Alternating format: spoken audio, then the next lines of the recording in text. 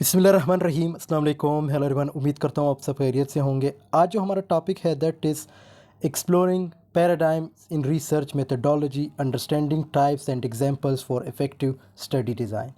बहुत ही important topic है research paradigm, research methodology में। सबसे पहले हम देखते हैं कि वर्ड मेथड का क्या मतलब है। जैसे हम कहते हैं ना रिसर्च मेथड्स या रिसर्च मेथडोलॉजी। सो पहले देखते हैं रिसर्च मेथड, यानी रिसर्च में जो मेथड वर्ड यूज़ होता है, मेथड को डिस्कस करेंगे। मेथड क्या है? किसी भी ख़ास रिज़ल्ट को हासिल करने के लिए हम जो स्टेप वाइज एक प्रोसेस फॉलो करते हैं उसको हम मेथड कहते हैं।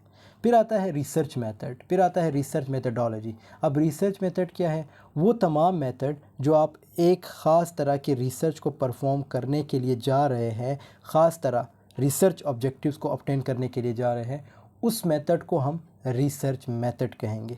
इसी तरह अगर रिसर्च मेथडोलॉजी की बात करें, so it's all about the reason behind it, like science behind any research. Your scientific step is research methodology. Methodology जो है रिसर्च सब्जेक्ट का जो रिसर्च एरिया है उसको मेथडोलॉजी कहते हैं। जैसे ज़ूलॉजी, बायोलॉजी, तो बायोलॉजी में ज़िंदा चीज़ों का जायज़ा लिया जाता है। जैसे ज़ूलॉजी जानवरों के बारे में मालूमात देने वाला, मतलब पूरा सब्जेक्ट एरिया। इसी तरह जो मेथडोलॉजी है वो पूरे सब्जेक्ट एरिया को बोलते हैं, जिसमें रिसर्च मेथड्स पढ़ाए जाते हैं या लिखते हैं या उस पर किताबें लिखी जाती है। सो आई होप आपको मेथड, रिसर्च मेथड और रिसर्च मेथडोलॉजी की जो प्रॉपर डिफिनीशंस हैं या जो प्रॉपर एक्सप्लेनेशन है उसकी समझ आ गई होगी। अब आते हैं रिसर्च पैराडाइम की तरफ कि रिसर्च पैराडाइम है क्या। This presentation will explore different paradigms in research methodology, including their types, examples। खैर ये सिंपल के इस प्रेजेंटेशन में हम क्या क्या डिस्कस करने वाले हैं, जिसमें हम टाइप्स देखेंगे, उसके कुछ एग्जांपल्स देखेंगे और रिसर्च पैराडाइम की प्रॉपर डिफिनीशन देखेंगे। सो टाइम को वेस्ट किए बगैर let's get started. Research paradigm. Research paradigm refers to a researcher's world view. Research paradigm किस चीज़ को रेफर करता है? जो रिसर्च का वर्ल्ड व्यू होता है, टू और set of believes that guide their research. यहाँ पे जो वर्ड वर्ल्ड व्यू यूज़ हुआ है, वर्ल्ड व्यू का क्या मतलब है? वर्ल्ड व्यू का मतलब ये है कि जब आप कहीं जाते हैं तो आपकी अपनी एक सोच होती है, मींस वहाँ से आप लोगों को देखते हैं कि वो क्या करते हैं, अपना एक वर्ल्ड व्यू क्रिएट करते हैं। आपका वर्ल्ड व्यू वास्ट भी हो सकता है, मतलब आप एक जगह जाते हैं, फिर दूसरी जगह जाते हैं, फिर तीसरी जगह जाते हैं। इट मीन्स आपका वर्ल्ड व्यू जो है वास्ट हो सकता है, वसी से वसी तर होता जाता है। सो वर्ल्ड व्यू इसको कहते हैं। अब रिसर्च पैराडाइम जो है इसी जो रिसर्चर का वर्ल्ड व्यू है, यानी उसकी जो बिलीव्स है उसको गाइड करता है किसी भी रिसर्च वर्क के लिए। इन सिंपल वे सब लोगों की एक ही राय हो रिसर्च के बारे में, किसी भी टॉपिक पे, किसी भी चीज़ के बारे में, मतलब उस टॉपिक को, उस प्रॉब्लम को इस तरीके से लीड करना है, इस तरीके से लेके चलना है, इसको हम क्या कहेंगे? Research paradigm. फिर इसके हमारे पास 3 इम्पॉर्टेंट टाइप्स हैं, जिसमें पॉजिटिविज़म है, इंटरप्रेटिविज़म है एंड क्रिटिकल थ्योरी है। और इसके अपने एग्जाम्पशंस हैं, मेथड्स है, टेक्निक्स है। सो डिस्कस करते हैं वन बाय वन को। Positivism. Positivism is a paradigm. यहाँ पे जो वर्ड पैराडाइम है, ये मैंने आपको स्टार्ट में नहीं बताया, ये जो जी है ये साइलेंट है, ठीक है। इसको हम पैराडिजियम नहीं कहेंगे, इसको पैराडाइम कहेंगे। It means the letter G is silent. Positivism is a paradigm that assumes there is an objective reality that can be measured and observed. It emphasizes quantitative data and experiments to test hypotheses. Examples include surveys, experiments, and statistical analysis. In simple way, positivism का क्या मतलब है? Positivism या positivist वो लोग होते हैं जो ट्रुथ की बात करते हैं। सिंपल वर्ड्स में मैं आपको समझा रहा हूँ। पॉजिटिविस्ट या पॉजिटिविज़म उस चीज़ को कहा जाता है जो ट्रुथ की बात करते, जो सच्चाई की बात करते, उसको हम पॉजिटिविज़म कहेंगे या पॉजिटिविस्ट कहेंगे।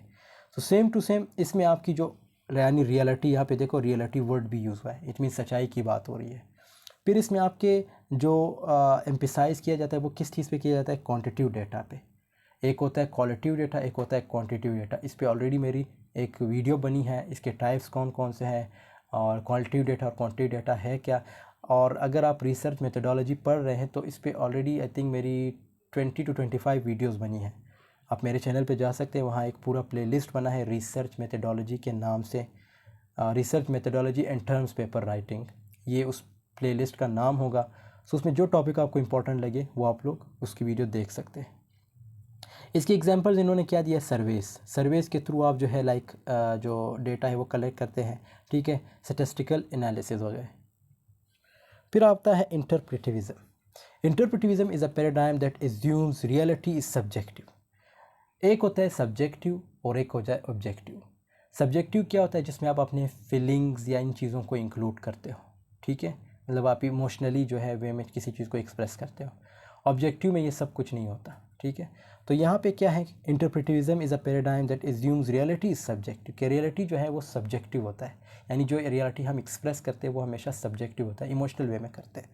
And can only be understood through the experiences and perspective, यानी उसका वो अपना एक्सपीरियंस, उसके अपने पर्सपेक्टिव्स होते हैं, तभी वो आपको उस चीज़ के बारे में बताता है, उस रियलिटी के बारे में बताता है। उसकी जो वो रियलिटी होती है वो सब्जेक्टिव होती है। यहाँ पे इंटरप्रेटिविज्म में ये बताया जा रहा है।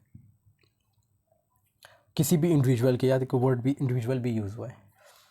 It emphasise qualitative data and methods, इसमें क्वालिटिव डेटा की लाइक एम्फिसाइज की जाती है। इसी तरह इसमें जो एग्जांपल्स है वो क्या है, इंटरव्यूज़ हो गए, फोकस ग्रुप्स हो गए और ऑब्जर्वेशंस हो गए। उसके बाद हमारे पास जो टाइप है वो है क्रिटिकल थीरी। क्रिटिकल थीरी क्या है, critical theory is a paradigm that assumes society is shaped by power relations, कि सोसाइटी को जो शेप किया जाता है वो पावर रिलेशंस के थ्रू किया जाता है, एंड सोशल स्ट्रक्चर्स, और सोशल स्ट्रक्चर्स के थ्रू किया जाता है। इसका एम्फिसाइज किस चीज़ पे हो जाता है, लाइक ये जो है चैलेंज करता है डोमिनेंट आइडियोलॉजीज़ को। कोई भी आइडियोलॉजी है जो डोमिनेट करती है किसी भी सोसाइटी में, किसी भी कंट्री में, तो ये उस चीज़ को चैलेंज करते हैं, ठीक है। एंड प्रोमोट सोशल जस्टिस, और इनका मेन मकसद क्या होता है कि सोशल जस्टिस को प्रोमोट कर सके, जिसमें हमारे पास इंक्लूड है ये फेमिनिस्ट रिसर्च। आपने देखा होगा फेमिनिज़म, फेमिनिस्ट, इसमें क्या होता है, ये हमेशा किस चीज़ की बात करते हैं, कहते हैं कि इक्वलिटी हो, यानी जस्टिस हो, जो फीमेल हो उसके साथ। क्रिटिकल रेस थ्योरी, रेस की बात वही लाइक जिसमें हम कहते हैं कि ब्लैक वाइट, यानी ये इन कलर्स की बात आ जाती है, यानी लोगों के कलर्स की बात आ जाती है कि उसको सुपीरियरिटी हासिल नहीं होनी चाहिए, जो वाइट है उसको ब्लैक पे सुपीरियरिटी हासिल नहीं होनी चाहिए।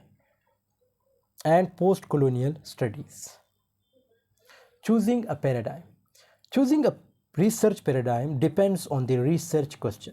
अब ये रिसर्च क्वेश्चन पे डिपेंड करता है, ज़रूरी नहीं है कि आप हमेशा रिसर्च पैराडाइम की तरफ भागेंगे, लेकिन आपका जो रिसर्च क्वेश्चन होगा आपने उसको देखना है, तब आप रिसर्च पैराडाइम कर सकते हैं।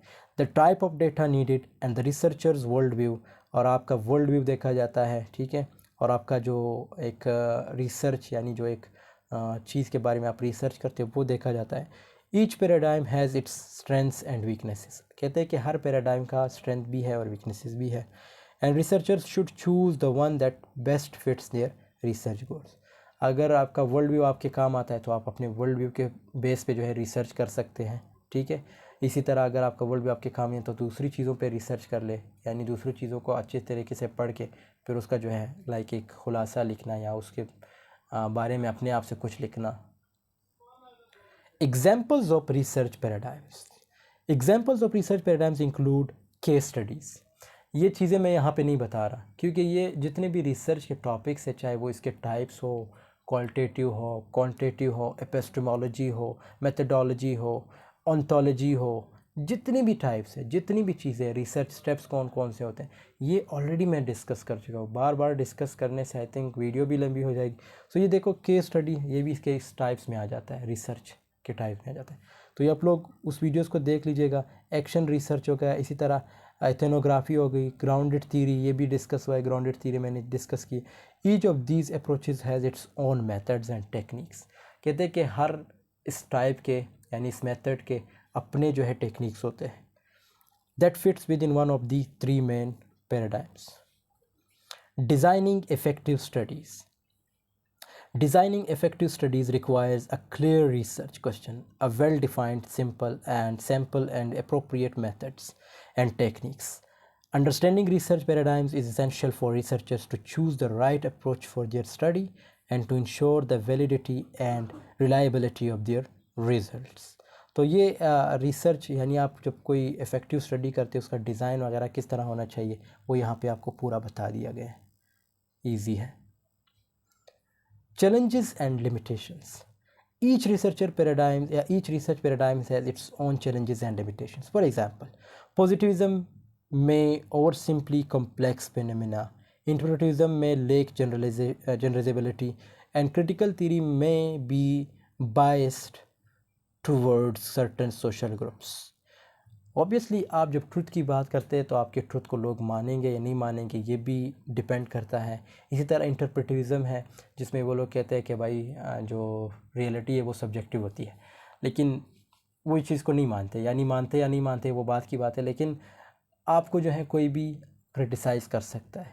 इसी तरह अगर आप सोशल थ्योरी या क्रिटिकल थ्योरी की अगर हम बात करें जिसमें कि इन्होंने क्या कहा कि आपकी जो सर्टन सोशल ग्रुप्स होते हैं यानी सोसाइटी के अंदर अगर आप किसी चीज़ के बारे में बोलना स्टार्ट करते हैं तो वो भी आपको क्रिटिसाइज़ कर सकते हैं, वो भी आपको रोक सकते हैं। जैसे अगर फेमिनिस्ट थ्योरी या फेमिनिज़म की बात करें हम, उसमें जब वो अपनी जस्टिस के बारे में बात करते हैं या अपनी राइट्स के बारे में बात करते हैं तो बहुत से लोग उसको अप्रिशिएट भी करते हैं और बहुत से लोग क्रिटिसाइज़ करते हैं, ठीक है। तो ये डिपेंड करता है। Researchers should be aware of these limitations and addresses them in their studies. कहते हैं रिसर्चर्स के लिए ये बहुत ज़रूरी है कि वो इस चीज़ों को समझें। Conclusion. In conclusion, understanding research paradigms is essential for researchers to design effective studies. Each paradigm has its own assumptions, methods and techniques. कहते हैं कि हर चीज़, हर रिसर्च पैराडाइम का अपना एक मेथड है, टेक्निक है और उसके बाद क्या है, assumptions होते हैं. And researchers should choose the one that best fits their research goals. By doing so, they can ensure the validity and reliability of their results and contributes to the advancement of knowledge in their field. So thanks for watching. I hope this video has been helpful for you. Video पसंद आई है तो ज़रूर like comment share कीजिएगा और ये मेरा WhatsApp number है, अगर आपको कोई भी क्वेश्चन है आप कमेंट सेक्शन में पूछ सकते हैं और व्हाट्सअप पे भी मैसेज कर सकते हैं। सो मिलते हैं नेक्स्ट वीडियो में, तब तक के लिए अल्लाह हाफिज़, टेक केयर ऑफ़ योरसेल्फ।